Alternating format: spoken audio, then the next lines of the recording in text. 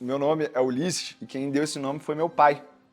E Ulisses, ele era o grande estrategista da guerra entre gregos e troianos. E acredito que quando meu pai deu esse nome, talvez ele não tivesse noção de como que isso me influenciaria, né? Porque na volta de Ulisses para casa, para Penélope, na ilha de Ítaca, ele passa pelas sereias.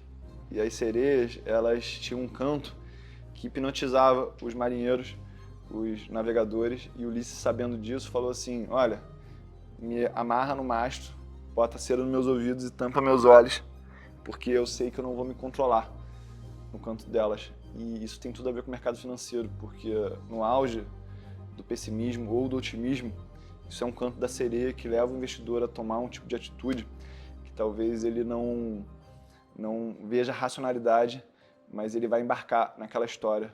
E isso só confirma a importância de um método, né? Então eu nasci em Porto Alegre, eu logo que nasci, minha mãe descobriu, meu pai também, que eu tinha apenas um rim, a gente teve que vir para o Rio de Janeiro tratar desse assunto. Essa pelo menos é a história que me contaram. E aí, estou aí com quase 40 anos, há 39 anos no Rio de Janeiro. Quando eu fiz um ano, meus pais se separaram, porque infelizmente no dia que eu nasci, minha mãe descobriu que meu pai tinha tido uma outra filha fora do casamento. Acredito que isso é um grande motivo aí dessa separação. E a partir disso eu vivi o que depois eu entendi ser uma alienação parental. Então, não conhecer meu pai só de foto até os 10 anos, porque era insustentável a presença do meu pai e da minha mãe no mesmo ambiente, depois aí das várias brigas que eles tiveram, tanto fisicamente, emocionalmente e judicialmente, né? Durante todo esse tempo aí, minha mãe, ela acabou criando eu e meu irmão Cris, que trabalha comigo no projeto, através de um salário mínimo. Ela se casou depois com uma outra pessoa e durante todo esse processo aí teve muita briga sobre dinheiro, porque normalmente uma pessoa não quer sustentar 2 filhos de outro cara, e isso aí gerou muito conflito. E dentro desse ambiente de escassez sempre foi muito presente a questão financeira, tanto para mim quanto para meu irmão. E uma das coisas que me levou a lidar com dinheiro era exatamente como uma solução para esse problema, porque trazia muito sofrimento não só para mim, quanto meu irmão, mas também para minha mãe. E a gente via que o dinheiro era uma forma de você conquistar paz, tranquilidade, liberdade, independência. E dentro desse processo aí, a gente acabou tendo que amadurecer muito rápido.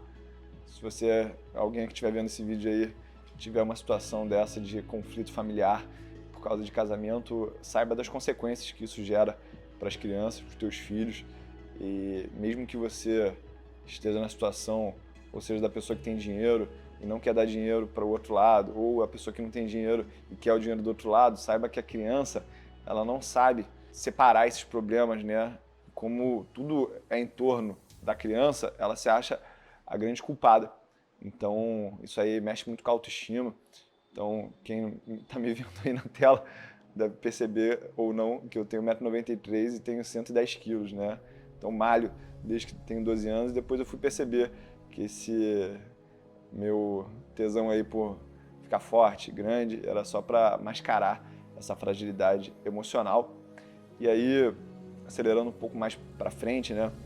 Quando eu conheci meu pai, a gente teve ali um relacionamento muito frio, muito distante. Logo depois, minha mãe teve outra briga com ele, que a gente parou de se falar durante mais de 2 anos. Hoje que eu sou um homem aí, eu entendo um pouco mais a parte do meu pai, como era insustentável ter um relacionamento naquelas condições. Então, não guardo mágoa de nenhum dos 2 lados. Acredito que ninguém tem um mapa aí para a vida. E quando eu tinha ali 13 anos, meu pai já entendeu que eu e meu irmão, que tinha 14 na época, tínhamos um pouco de maturidade. Ele falou assim: olha, qualquer tipo de relacionamento financeiro que eu tiver com vocês vai ser através de vocês, porque não dá para equilibrar isso com a tua mãe. Então, como ele trabalhava no setor petroquímico, isso era um setor dolarizado, né? E para quem aqui é mais novo, lá em 99 a gente vivia um momento de paridade cambial entre o dólar e o real. O real é de 94, né? Então, foi o momento que o dólar começou a flutuar realmente em relação ao real.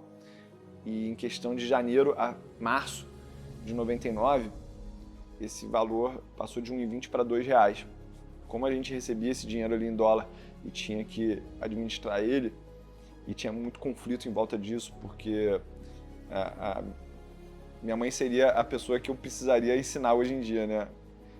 Não por mal, mas ela queria dar tudo para os filhos, queria ser uma mãe generosa, e às vezes isso não cabe dentro de uma realidade financeira. Então a gente, como tinha que controlar isso, gerenciar isso, com 13 anos, imagina, inverter os papéis ali, o filho ter que ser o pai da mãe, ela estava passando também por alguns problemas pessoais em termos de divórcio, e aí foi o momento que eu entendi que as coisas variavam de preço, né? Então foi ali que eu entendi que existia um canal Bloomberg e ficava passando o preço das coisas o dia inteiro ali, e eu, como focava só em olhar para essa questão financeira, ficava o dia inteiro vidrado nesse assunto. E dentro desse processo aí de aproximação do meu pai era homem de negócios, e eu achava que para se conectar eu tinha que falar desse assunto. Comecei a ler todos os livros de negócios que eu via ele comentando, mencionando, para ver se rolava um assunto. E a partir disso aí comecei a estudar muito sobre negócios. Quando teve ali o processo do apagão em 2001, foi um momento que me marcou muito, porque via muito as atitudes do meu pai com relação à empresa dele. Foi um momento que ele avançou muito por causa do conservadorismo financeiro que ele tinha ao gerenciar os negócios. E em 2002, ali com 16 anos, eu acabei passando para a faculdade, fiz o BMEC, e eu era o mais novo da faculdade inteira. Naquela época o setor elétrico estava muito barato. Só para você ter uma noção, uma empresa ela tem um patrimônio líquido, né? Então imagina que você vai abrir uma franquia do McDonald's e botou R$ 1 milhão. Você poderia comprar essa franquia do McDonald's por R$ 220 mil, ou seja, com 78% de desconto com relação ao que os sócios antigos pagaram. Essa métrica é muito clara na minha cabeça, porque aquilo mostrava o tamanho da oportunidade, mas era ao mesmo tempo que o dólar chegou a quase R$ 4 quando o Lula se elegeu pela primeira vez. Então, ali naquele momento, já ficou muito claro para mim que todo momento de estresse econômico era um momento também de oportunidade. Hoje, minha esposa aí, que está se formando em psicologia, a gente gosta de brincar que ela fala que eu tenho TOD, né, que é o transtorno obsessivo de discordar. Então, naquela época, a narrativa era muito forte em cima de os bancos são os grandes vilões da economia, e eu, como queria discordar das pessoas, porque não acho que existe uma verdade absoluta, principalmente no mercado financeiro. A única verdade absoluta está em Jesus Cristo. Eu falava assim, cara, então se a gente está reclamando, por que a gente não se torna sócio dos bancos, né? Foi ali que eu comecei a me interessar pelo mercado de ações. O IBMEC na época era uma faculdade, uma universidade focada só em mercado financeiro, então já era um assunto comum as pessoas que frequentavam a faculdade. E tinha um problema, porque naquela época, 2000, 2001, 2002 ali, a taxa de juros era de 40% a 25%, então era um custo muito alto para você deixar de investir em renda fixa para botar na renda variável. Então as pessoas aí estão reclamando hoje em dia com a taxa de juros perto aí de 11%, pô, a coisa já foi muito pior. O Brasil hoje é muito melhor do que era quando eu comecei a investir. Então quando você tem essa perspectiva de longo prazo, você vê os números de uma maneira mais sóbria, você vê que a gente está numa trajetória de melhora no Brasil, e isso gera muita oportunidade para negócio. As pessoas ficam falando aí sobre a renda fixa estar superando a média da Bolsa. Eu penso duas coisas diretamente, né? Isso só mostra o tamanho da oportunidade, que a Bolsa está muito barata, mas também, quando você investe igual à média, você vai ter resultados médios. E eu percebi ao longo da minha vida que eu busco resultados acima da média. Então eu gosto de me esforçar acima da média para ter os resultados acima da média, e eu não tenho preguiça disso. Eu falo que no meu canal a gente é apaixonado por crescer, mas não crescer só financeiramente. Foi uma coisa que eu aprendi ao longo da minha vida, a gente vai poder falar depois sobre isso. Mas esse foi o meu começo nos investimentos, mas eu comecei assim, como a maioria das pessoas, da pior maneira possível, que era pedindo conselho para o gerente do banco. Eu era cliente de uma pessoa chamada Frank, nada contra ele, né? Estava fazendo só o papel dele, mas me botou lá num fundo de VGBL com 3% de taxa de administração. Coisa de 6 meses foi o tempo que eu demorei para perceber que eu estava sendo enrolado ali pelo sistema, com aqueles altos custos. E aí eu tirei o dinheiro, tive que pagar um pênalti, uma multa, né? Que você paga quando você tira o teu dinheiro, que é outra coisa que eu percebi que não tem motivo nenhum você não poder sacar o teu dinheiro em até 2 dias úteis. Não existe razão nenhuma para você não ter acesso ao teu dinheiro, até porque você pode precisar em algum momento para acudir um familiar ou uma emergência real, então você não pode se colocar nessa situação. E aí, a partir disso, em 2004, eu comecei a investir diretamente em ações. Me lembro até hoje, eu entrando num prédio chamado Citar América, que é perto até onde eu trabalho hoje, procurei uma pessoa chamada Cássio. Aí o Cássio abriu minha conta lá, eu fiz meu primeiro aporte, e esse aporte aí foram em algumas empresas que, dentro da minha lógica lá, já como administrador, estudante de administração e tendo lido alguns livros do Warren Buffett, a conclusão era: eu quero empresas de alto retorno, com liderança de mercado, uma dívida controlada, e eu escolhi lá a Vale, uma empresa chamada Fosfértil, uma empresa BCP Celulose do Grupo Votorantim, Itaú, Bradesco, e a sexta empresa foi uma empresa que ela não respeitava esses princípios, que era uma empresa chamada Coteminas, e a minha escolha foi, o vice-presidente do Brasil, no momento lá, o José Alencar, ele é dono dessa empresa, era o maior acionista controlador. Ele vai beneficiar essa empresa, né? Se eu entendo um pouco do Brasil, ele vai beneficiar essa empresa. Mas infelizmente ele não, ou felizmente, né? Ele não fez nada para beneficiar a empresa. Pelo contrário, a empresa entrou assim uma desvalorização muito grande. Então, dessas 6 empresas iniciais que eu investi, 5 deram muito certo. Só uma deu errado, e é exatamente a que eu fugi daquele método mais simples, mais claro. Eu acho que ninguém aqui pode discordar que você pegar boas empresas em posição de liderança, um bom retorno contábil, uma dívida controlada, que elas não vão dar certo ao longo do tempo. Então, nesse primeiro momento ali, eu fui aportando mês a mês um dinheiro, e, para ser sincero, quando chegou ali em 2005, eu meio que me desinteressei pelo mercado, né? Porque a gente não tem muita noção no começo como é que a coisa funciona, mas depois de 3 anos investindo que você acaba vendo o resultado, e foi ali que eu entendi que realmente aquilo era o que eu queria da minha vida, né? Até porque teve um episódio no meio do caminho. Em 2006 eu tive a oportunidade, 2005 para 2006 eu tive a oportunidade de almoçar com o Warren Buffett pessoalmente, e é uma coisa que eu acredito que deve acontecer na vida de muita gente, né? Você encontra uma pessoa e ela muda o teu caminho. Então, quando você encontra um mentor, e ele é o meu grande mentor intelectual, aquilo muda a tua história. Eu percebi que era aquilo que eu queria da minha vida, e investimentos era algo que você poderia melhorar com o tempo. Então, não tem essa história que o atleta, né, você chega no ápice com 30, 35 anos, depois é só ladeira abaixo. Não, investimentos, os maiores investidores, as maiores referências, eles estão fazendo o melhor trabalho deles com 70, 80 anos. E a partir daquilo ali eu fiz uma conta, era o seguinte: se eu ganhasse 130% do Tesouro Selic, poderia ser aí na conta de alguém 30% a mais do que a poupança, aquilo já seria suficiente para que eu tivesse a remuneração que eu teria sendo um executivo de uma empresa, né? Então, ali no primeiro ano que eu me formei na faculdade, com 20 anos, só o dinheiro que eu ganhei no mercado financeiro era 10 vezes mais do que eu ganharia num ano trabalhando numa empresa. E eu tinha liberdade para viajar, tinha liberdade para fazer outros projetos, me dedicar a outros tipos de assuntos, né? Então, gostava muito de ler nessa época sobre filosofia, gostava de viajar. Então, também fui viajar e morar nos Estados Unidos. Eu não sabia falar inglês, então tive que trabalhar lá de garçom, de segurança de boate, limpador de privada. E nesse processo aí a gente também ganhava dinheiro em dólar, que foi mais uma remuneração que era maior do que qualquer executivo de empresa na época. Aquilo ali explodiu minha mente, né?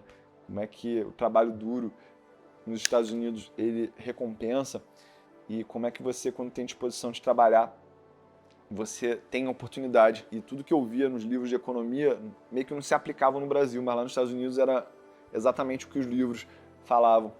Então, aquilo ali já começou a abrir a minha cabeça também para investir fora do Brasil. Eu invisto fora do Brasil desde 2006 para 2007. Tenho conta lá, já invisto lá. Então, isso aí já abriu também muito minha cabeça, porque há 20 anos atrás o mercado brasileiro ele era muito mais reduzido. Só para você ter noção, quando eu comecei a investir, o Brasil deveria ter algo como 300 a 400 mil investidores, né? E hoje a gente tem um número aí de 4 milhões, que ainda é muito pequeno em relação ao potencial, mas o número de empresas era muito menor, os instrumentos eram menores, a gente não tinha essa história de plataformas extremamente sofisticadas, a gente não tinha Google na época, então eu tinha que trazer os meus livros para o Brasil em inglês através de uma ferramenta chamada Alta Vista, não sei se alguém aqui conhece, e eu não sabia falar inglês, né? Então eu tinha que ler o livro, aí via no dicionário e tentava ter um entendimento sobre aquilo. Via muito vídeo para me expor ao conhecimento. Eu acho que isso foi me forjando uma característica que eu acho que é extremamente importante para qualquer investidor desenvolver, que é a curiosidade, a capacidade de lidar com a frustração de não estar entendendo o assunto, mas mesmo assim não parar de estudar sobre ele. E hoje em dia acho que a gente tem muita informação, você pode aprender com vídeo, você pode aprender com texto, e esse foi o primeiro momento aí da minha carreira como investidor. Tinha uma febre muito grande de IPOs também nessa época no Brasil, várias leis mudaram por causa dos abusos que tinham, e aí chegou a crise de 2008. A crise de 2008 foi muito instrutiva para mim, porque naquela época eu tinha uma ideia de que tinha que ter 100% do teu capital em ações, né? E na lógica, é isso que tem que fazer. Mas aí eu entendi por que o Warren Buffett falou lá para mim um dia, esse dia que eu conheci ele pessoalmente, os mais inteligentes seriam os primeiros a quebrar, porque o mercado financeiro é sobre gestão de emoções, muito mais do que sobre matemática. E aí, nesse evento aí, eu me encontrei isolado em casa durante quase 3 meses, porque as pessoas ao meu redor já sabiam que esse era o assunto que eu falava, e eu sabia que eu tinha que blindar minha mente, né? Hoje em dia eu vou nas pregações e fico escutando aí sobre o azeite que derrama no ouvido da ovelha para tampar o ouvido dela, para proteger o cérebro dela. Eu vejo que naquela época eu fiz isso, e para passar o tempo eu analisei todas as empresas da bolsa no caderno, na mão.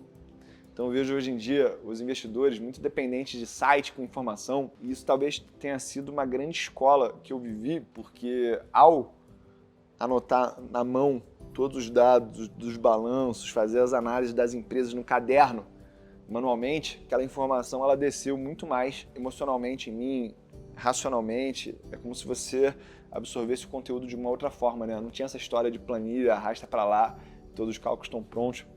Então, com esse modelo de negócio de várias empresas, aquilo fluía na minha cabeça de uma maneira muito natural, sem esforço. A pessoa falava sobre a empresa, eu entendia qual era o nível de retorno dela, o nível de endividamento, qual era o modelo de negócio. Então, aquilo aconteceu paralelamente, né, ao MBA que eu fiz em finanças no IBMEC também. Como eu me formei com 20 anos, eu queria, tem muito tempo aqui para fazer ainda minha preparação. Aí fiz MBA em finanças, fiz MBA em marketing, acabei não terminando. Fiz LLM também, que tinha um MBA em direito, também não terminei, porque eu acabava vendo que, apesar de importante essas coisas, conhecer os ativos, conhecer o mercado e aprender a aprender sozinho era uma grande habilidade que eu tinha que desenvolver. Depois o mercado em 2009 se recupera de uma maneira linda, só que aquela crise ali ela ensinou muita coisa, né? Porque a crise de 2008 ela começou na segunda quinzena de julho de 2008. Já tinha tido lá um problema em março, abril de 2008, o mercado recuperou. Aí na segunda quinzena de julho de 2008 a bolsa começou a cair. Aí teve um momento histórico, que é a quebra do Lehman Brothers no dia 15 de setembro de 2008. Aí o mercado cai muito em outubro de 2008, criando muito pânico, vários circuit breaks. Warren Buffett escreve um artigo para o Wall Street Journal ou New York Times, algum desses dois jornais de referência lá nos Estados Unidos. Ele fala assim, cara, eu tô aqui apoiando a América, mas olha que loucura, essa crise começou em julho de 2008, o final dela aconteceu em março de 2009. Então, diferentemente dessa crise que a gente viu na Covid em 2020, que caiu e voltou, lá não. Foi um momento onde a dor foi prolongada. E eu acho que essa crise de 2020 acostumou muito mal as pessoas, porque elas acham que toda vez que a bolsa cai, ela sobe. E é basicamente o que está acontecendo agora, né? A gente está vivendo só um rebote ainda do período da pandemia. Então, essa é a hora que o investidor que tem noção do que está acontecendo, tem técnica, está preparado, ele ganha muito dinheiro. Acho que as pessoas elas precisam tirar da cabeça que o mercado financeiro é um lugar perigoso. Não, é um lugar perigoso para quem não está preparado e para quem está sozinho. Aí, nessa recuperação do mercado, o mercado subiu mais de 80% em 2009. E aí, aquele foi um momento muito importante na minha vida também, porque eu vivi um relacionamento onde eu era muito imaturo e eu, na minha falta de autorresponsabilidade, achava que eu tinha sido abusado ali emocionalmente, mas me ajudou muito a crescer, né? Aí em 2011, em fevereiro, eu estava saindo desse relacionamento e fui para Israel. E aí nessa viagem para Israel, lá no Muro das Lamentações, eu pedi 3 coisas, né? Pedi saúde pro meu pai, pedi um direcionamento profissional e pedi também que aquilo no meu coração fosse sarado. E esses 3 pedidos aconteceram, graças a Deus. 4 meses depois, eu acabei conhecendo a pessoa que atualmente é minha esposa, né? A gente já está no relacionamento há quase 13 anos. E aquilo mudou muito a minha vida, porque uma das primeiras exigências que a minha, na época, namorada fez, né? Pô, se a gente vai se relacionar, você precisa ir na igreja comigo. E como eu não tinha uma conexão emocional com a igreja, nem espiritual muito grande, na verdade zero, eu ia lá para, na Bíblia, aprender sobre finanças. Porque a minha cabeça tem sempre esse filtro, né? Tudo que eu vejo, eu tento trazer para investimentos e aí depois eu tento processar aquela informação. E aí na minha vida, como muitas pessoas da minha família tiveram depressão, bipolaridade, eu tinha muito medo que isso acontecesse comigo. Uma das primeiras coisas que o pastor falou para mim não, lá na igreja naquele dia que eu estava, né, só Deus é estável e a natureza do homem é a instabilidade. E naquele momento eu entendi que aquilo tinha um paralelo muito grande com o mercado financeiro, que as pessoas elas buscam estabilidade na bolsa, buscar segurança, fundo de renda fixa, aquele reloginho de 1% ao mês, né?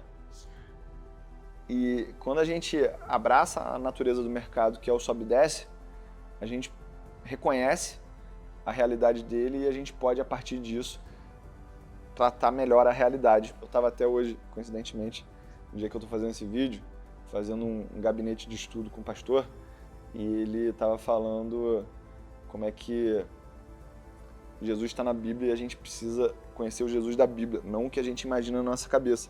E as pessoas, elas imaginam o mercado financeiro na cabeça delas, mas existe um mercado de verdade, que a gente precisa conhecer ele. E a partir do momento que eu entendi aquilo, eu entendi que a melhor estratégia, era uma estratégia que eu tinha conhecido lá em 2008, só que eu não levei muito a sério, que era a estratégia de surfar as tendências. Porque é nas tendências que você abraça o sobe e o desce. E você também não tem os riscos de ter uma crise, porque na crise você ganha muito dinheiro. Quando as coisas dão certo, dá muito dinheiro. Então isso meio que resolveu um problema que era um problema para mim no mercado financeiro e um problema que eu reconheço na maioria das pessoas. Elas têm medo de botar o dinheiro delas na bolsa, no mercado financeiro como um todo. Por quê? Porque elas têm medo do mercado ir lá para cima e cair. Mas na estratégia de você surfar tendências, quando isso acontece, é quando você tem o maior ganho. Então, isso criou uma explosão mental, né? E a partir daquilo ali, eu comecei a aplicar essa estratégia. E como é que as coisas elas começam a fluir, né? Ao mesmo tempo que eu escutei isso na Bíblia, lá do pastor, eu escutei sobre um cara na bolsa americana que ele falava sobre meditação transcendental. Isso era 2011 para 2012. Então ninguém na época sabia quem era Ray Dalio, que hoje aí é muito conhecido por ser o maior gestor de fundos do mundo, né? Mas ele tinha uma técnica que ele fazia na empresa e ele fala que é o grande segredo da vida dele, né? Que é a meditação. E a meditação ela é simplesmente você deixar os pensamentos bons crescerem e cortar os pensamentos ruins. E essa é exatamente a filosofia de quem surfa a tendência. Deixar as operações vencedoras andarem de maneira infinita e cortar as perdedoras. Esse é o segredo para os relacionamentos também. Você tem que dar mais da tua energia, da tua vida para as pessoas que agregam para a tua vida e cortar as pessoas, não deixar de amar, mas cortar do teu tempo, que é finito, aqui nessa terra, as pessoas que te trazem algum tipo de prejuízo, seja ele material, emocional ou espiritual. Então a gente precisa saber fazer essa gestão. Nesse processo todo, assim como muitas pessoas que eu ensino isso, né, existia uma inconsistência de seguir aquele método. Ao longo do tempo, né, as pessoas que me acompanharem vão aprender isso. Existe a diferença de você entender algo do ponto de vista racional e você entender isso do ponto de vista emocional. Então eu entendia essa história das tendências do ponto de vista racional, mas emocionalmente ainda não entendia. Para quem não está entendendo o que eu estou falando aqui, a gente sabe que comer Nutella é ruim, racionalmente. Mas emocionalmente, quando você está cansado no final de semana, você come Nutella. Sabe que aquilo não faz bem para você, mas você come. Aí, adiantando um pouco a história, né? Para 2015, quando teve o desastre com a Vale, queda da barragem de Mariana, eu fazia uma estratégia com opções onde eu ia contra a tendência de maneira não disciplinada. Eu achava que aquilo ali, eu estava sendo mais esperto que o mercado, estava ferindo princípios. E aí aquilo me gerou um prejuízo, questão assim de 30 dias, de aproximadamente uns 350 mil reais. Isso aí nunca me machucou, porque o meu capital era muito maior que isso e eu não deixava um prejuízo ficar muito grande. Então esse princípio eu não acabei infringindo ele, né? Mas aquilo foi a gota d'água para mim, para eu falar, olha, pô, tô cansado de errar, tô cansado de perder dinheiro por não ser disciplinado. E tem uma hora, isso aí demorou 15 anos para mim, né? Que você cansa de fazer o que está errado e faz o que é certo só porque dá menos trabalho e porque gera menos desgaste emocional. Então, a partir dali, eu comecei a surfar a tendência de verdade mesmo, do jeito que eu ensino para as pessoas. E aí os resultados, ó, explodiram. Então, aquilo ali marcou um ponto de inflexão na minha vida como investidor, porque foi a partir do momento que eu entendi que eu estava cansado de errar, que eu parei de ter a minha recompensa emocional, de ter lucro ou prejuízo, e sim de seguir o método, seguir o meu processo. É como se uma pessoa que está fazendo dieta, ela parasse de ter prazer com comer chocolate, hambúrguer ou pizza e ter prazer em seguir a dieta. E a partir dali a gente viveu várias outras crises, como o Wesley Day, a greve dos caminhoneiros em 2018. A gente teve um mercado que quase que foi só de alta em 2019. Então, ganhei muito dinheiro, assim, na média de 3,5% ao mês, durante mais de 4 anos, nesse período aí.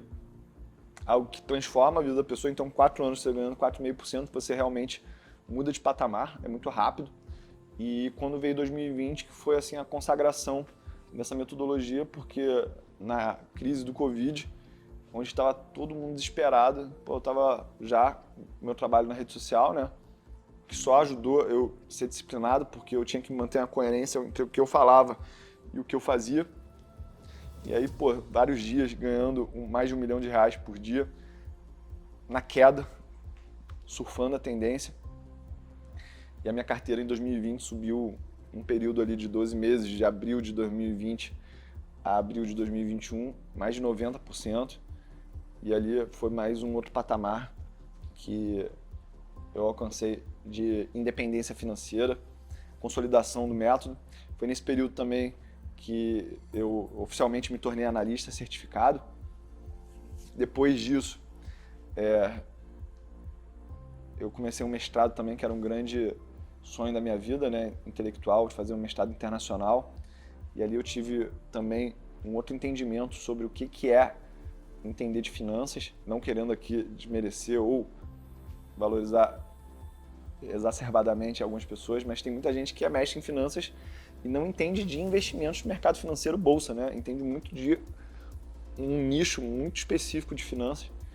Então eu entendi ali relativamente qual que é o meu nível de finanças e investimentos, depois de mais de 20 anos estudando isso, depois de ter lido mais de 200 artigos, lido mais de 1000 livros. Os investimentos, eles te desenvolvem como pessoa, porque você precisa entender de psicologia, sociologia, matemática, estatística, economia, geografia, história, até um pouco de religião também, no nível que eu gosto, né? Lembra que eu sou um nerd de investimentos.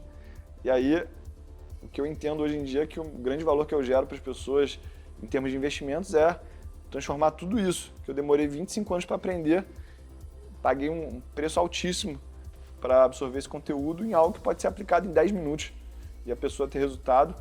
E é algo que, assim, hoje em dia é incontestável, porque a gente tem milhares de pessoas que já mandaram print, já mandaram depoimentos em vídeo, pessoalmente vêm falar comigo. Então, acredito que hoje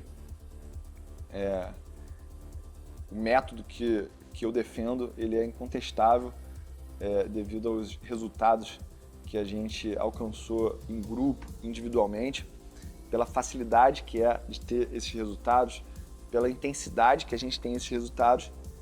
E aí, depois de ter alcançado aí mais de 45 mil alunos na internet, nas redes sociais, eu acho que a grande cereja do bolo, né, foi eu passar por uma transformação. Isso é algo que eu até aprendo hoje, muito lendo a Bíblia, que no reino nada é desperdiçado. Então, todas as fases que eu vivi da minha vida, elas só serviram para me preparar para dar o testemunho que eu posso dar hoje. Porque mesmo indo na igreja durante mais de 12 anos, eu não tinha tido um encontro com o Espírito Santo que nem eu posso dizer que eu tive hoje. E hoje, o meu canal, as pessoas vêm buscar a riqueza material, mas no final das contas elas entendem que a real riqueza está na presença de Deus. Mas eu só posso falar isso de cadeira, com propriedade, por quê? Porque eu já vivi escassez material, superei isso e vi que não é a solução. Já vivi escassez emocional, superei isso e vi que não é a solução. E aí, quando você tem uma prosperidade material, emocional e espiritual, principalmente, eu acredito que você consegue chegar num nível de plenitude onde você sabe quem é, quando você está conectado à tua identidade, o teu propósito é revelado, mas ao mesmo tempo que o teu propósito é revelado, os gigantes eles se levantam. Mas quando você sabe com quem você está, quem você é e quais são as tuas possibilidades, os teus recursos, você sabe que você pode tudo naquele que te fortalece. Então, hoje em dia, eu vejo que toda essa construção de mais de 25 anos estudando investimentos, mais de 7 anos ensinando as pessoas na internet, eu já devo ter feito mais de 100 mil vídeos. Só stories foram mais de 53 mil. Eu vejo que tudo isso é para essa nova fase que eu estou entrando, que meu grande objetivo é falar de Deus para as pessoas, ensiná-las a prosperarem materialmente, porque a gente não pode também ser ingênuo de falar que essa realidade é que ela não existe. Mas o meu maior prazer hoje em dia é ir lá nas igrejas falar, emocionar as pessoas no final falam assim, cara, era isso que eu precisava escutar hoje, eu aceitei Jesus aí pelo teu testemunho, pelo teu depoimento sobre como que ele agiu na tua vida. Então eu sei que tem muita gente ainda que deve ver uns cortes meus na internet, da época que eu era machista, que eu era preconceituoso, que eu era julgador. Eu acredito que eu tive que viver tudo isso. A minha esposa teve que puxar muito a minha orelha mesmo, muita paciência dela, para hoje eu poder mostrar para as pessoas o que Jesus pode fazer na vida de uma pessoa que teoricamente já tinha tudo, né?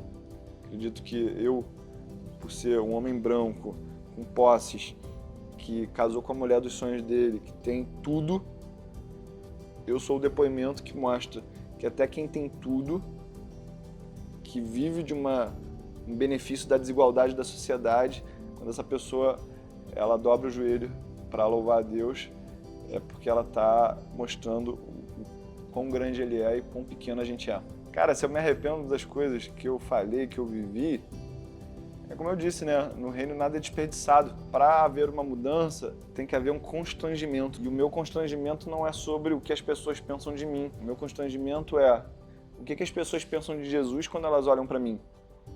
Então hoje eu entendo que eu tenho que ter uma postura para que as pessoas entendam que quem é servo do Senhor tem uma atitude que honra o nome dele.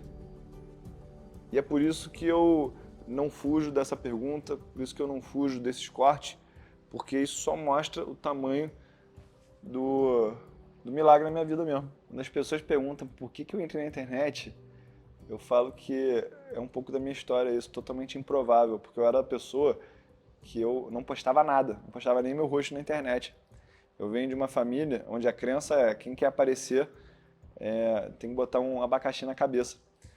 E aí, durante muito tempo, eu segui essa crença, mas teve um dia lá que um professor meu, Fábio Figueiredo, que eu sou extremamente grato, eternamente grato, no dia 5 de março de 2018, ele me chamou para fazer uma live, e aí eu fiz essa live do meu quarto. E durou 1h20 essa live, mas eu senti ali uma luz acender dentro do meu coração. Eu lembro que eu subi na casa do meu pai e falei assim pro meu pai, pai, obrigado por o senhor ter tido paciência de eu ser quem eu quero ser. Nunca ter me pressionado, né? Acho que isso é uma grande coisa que Deus ensina pra gente também. Ele não obriga a gente a fazer nada, ele dá liberdade pra gente escolher o que a gente quer fazer, mas ele torce para que a gente escolha o caminho correto. E a partir daquele dia eu falei, olha, eu vou falar na internet. Então toda vez que eu me sentia ansioso, eu ia lá e fazia um vídeo. Eu fazia do meu quarto, fazia da maneira mais errada possível, com a luz nas minhas costas, com a webcam do celular, do computador, com o som totalmente chiado. E aí, como eu me sentia ansioso muitas vezes, eu ia lá e fazia um vídeo. Fiz 208 vídeos em questão de 150 dias. E tinha 2 views assim cada vídeo. E um desses vídeos era eu vendo se estava alguma coisa errada, né? Então era totalmente fracasso o negócio. Mas esse meu professor, ele percebeu que eu tinha essa consistência. E eu acredito que no começo é mais importante você ter consistência do que querer performar acima da média. Isso nos investimentos também é uma verdade, né? Começa do jeito que você quiser. Começa sem cometer o erro de alavancar, day trade, mas começa de maneira consistente. Depois você vai encontrar a tua verdade. E a partir disso, eu comecei a fazer vídeo. E aí desse sofá que está aqui atrás de mim, teve um dia que eu abri o Instagram e abri uma caixinha de perguntas. As pessoas perguntaram. No dia seguinte eu abri a caixinha de perguntas, faço uma pergunta sobre investimentos, que essa sempre foi a minha paixão, sempre falei disso. E as pessoas perguntaram. E a partir daquilo ali eu nunca mais, nos últimos 7 anos, fiquei um dia sem fazer stories. Nunca mais fiquei doente. Nunca mais fiquei doente. Até quando eu tive essas coisas aí da pandemia, fiquei doente, mas não deixava de trabalhar, não deixava de botar a cara. Porque o meu relacionamento com a internet não é um relacionamento de malícia, de querer explorar, mas sim um relacionamento de troca. Eu demorei, sei lá, mais de 2 anos para editar o meu primeiro vídeo. Por quê? Porque o meu tesão era fazer o vídeo e já postar para ver a reação das pessoas. Então eu adoro o relacionamento, eu falo que eu queria que as pessoas me encontrassem na rua e fossem me dar um abraço. Então se alguém está vendo esse vídeo aí e me encontrar na rua, vem me dar um abraço, porque esse é a minha maior recompensa na internet, né? E no começo eu não entendia que existia um negócio de educação na internet. E aí demorei mais de 1 ano para ter um produto digital. Nesse 1 ano aí, até ter esse produto digital, eu ia só adicionando as pessoas no WhatsApp e atendendo elas sem cobrar nada, né? E essa foi uma das minhas maiores lições, porque as pessoas não davam tanto valor quanto agora que existe um preço. E aí eu entendi a importância da pessoa chegar junto da solução, porque a gente tem um treinamento aqui que acho que é R$10. A gente já vendeu quase 20 mil unidades dele, 5 mil pessoas nunca abriram. Mas eu não conheço uma pessoa que pagou R$100 mil num treinamento que nunca fez. Então, a gente entendeu ao longo do tempo dessa maturidade pedagógica, de negócio, de comprometimento, de comunidade, que é tão importante para a pessoa se comprometer, quanto a gente também entregar algo que vai gerar uma transformação, né? Então, nos últimos 7 anos, eu também evolui muito como investidor, porque eu tive que entender sobre comunicação, sobre várias dinâmicas que a gente precisa entender aqui na internet, que antes passavam despercebidas para mim como investidor. E antes de eu fazer conteúdo na rede social, a minha interação com a internet era: eu queria investir na Amazon, no Google e no Facebook, e eu primeiramente fiz um curso de programação para entender qual empresa era melhor. E aí, rapidamente a gente entendeu que o Google era a melhor empresa desse ponto de vista. E aí depois a gente foi se tornar cliente, né? Porque hoje, quando eu faço um anúncio, eu sou um cliente dessas empresas. E a gente vê como é que o Facebook a Meta, né? É uma empresa fantástica em termos de capacidade de alavancar negócios. E não é à toa que ela vale hoje mais de 1 trilhão. Mark Zuckerberg tem mais de 200 bilhões de patrimônio com 40 anos, né? Então, esse processo da internet foi importante para entender sobre comportamento das pessoas, nuances, entender o que faz a pessoa aprender, o que faz a pessoa não aprender. E a comunicação simples, a comunicação franca, é algo que é mais desafiador de aprender do que qualquer estratégia de investimentos. Então, o meu objetivo hoje em dia, e muito do que eu me inspiro na Bíblia para falar com as pessoas, é simplificar a comunicação. Mas antes de tudo, eu quero que elas saibam que eu tenho um coração que quer se conectar com quem quer aprender. Porque quando a pessoa percebe isso supera qualquer tipo de atrito na comunicação ou qualquer tipo de barreira que a gente tenha para gerar um resultado. Cara, quando as pessoas me perguntam qual que é o meu propósito, eu vou ter que voltar lá na minha infância, né? Minha esposa sabe isso melhor que ninguém. Eu fui criado que nem cachorro no canil. Então, sofri muito abuso emocional de várias partes. E as pessoas que sofreram algum tipo de abuso emocional na infância e na adolescência, elas normalmente vão procurar uma profissão que tem a ver com cura na vida adulta. Então, eu tenho uma característica que quem é mais íntimo meu sabe, que se eu começar a dar 3 braçadas ali no mar, daqui a pouco eu tô querendo dar aula de natação, né? Então, aqui no Rio a gente chama isso de caga-regra. Mas quem conhece meu coração sabe que eu tô muito disposto a ajudar a pessoa a alcançar um próximo nível. Então, eu tenho talvez um talento que a pessoa senta comigo aqui em 10, 15 minutos, ela abre toda a vida dela, porque ela entende, primeiro, que eu vou acolher qualquer tipo de razão que ela teve para fazer qualquer coisa. E depois eu vou segurar a mão dela e falar assim, vamos arranjar uma solução junto. Então, tem muita gente que chega aqui, perdeu muito dinheiro com investimento errado, com aposta esportiva, com dívida, com excesso de consumo. E eu acho que tenho um chamado para falar assim para a pessoa, tá, mas agora a gente pode mudar essa história a partir de agora, do mesmo jeito que eu mudei a minha história a partir de um momento, né? E acho que isso também é um grande ensinamento que Deus dá pra gente. Ele não está olhando para o nosso passado, ele olha para a nossa vida, mas ele nos chama pelo nosso nome. E a partir daquilo, ele traça um novo caminho para a gente construir uma nova história. E a superação, ela vai ser com base em olhar para frente. Então acredito que o meu propósito é esse, pegar na mão das pessoas e ajudar elas a alcançarem um nível maior de desfrute na vida material, emocional e também na espiritual agora. E tudo aquilo que eu aprender, a única certeza que eu tenho é que eu vou querer transmitir isso para outras pessoas de uma maneira muito genuína mesmo.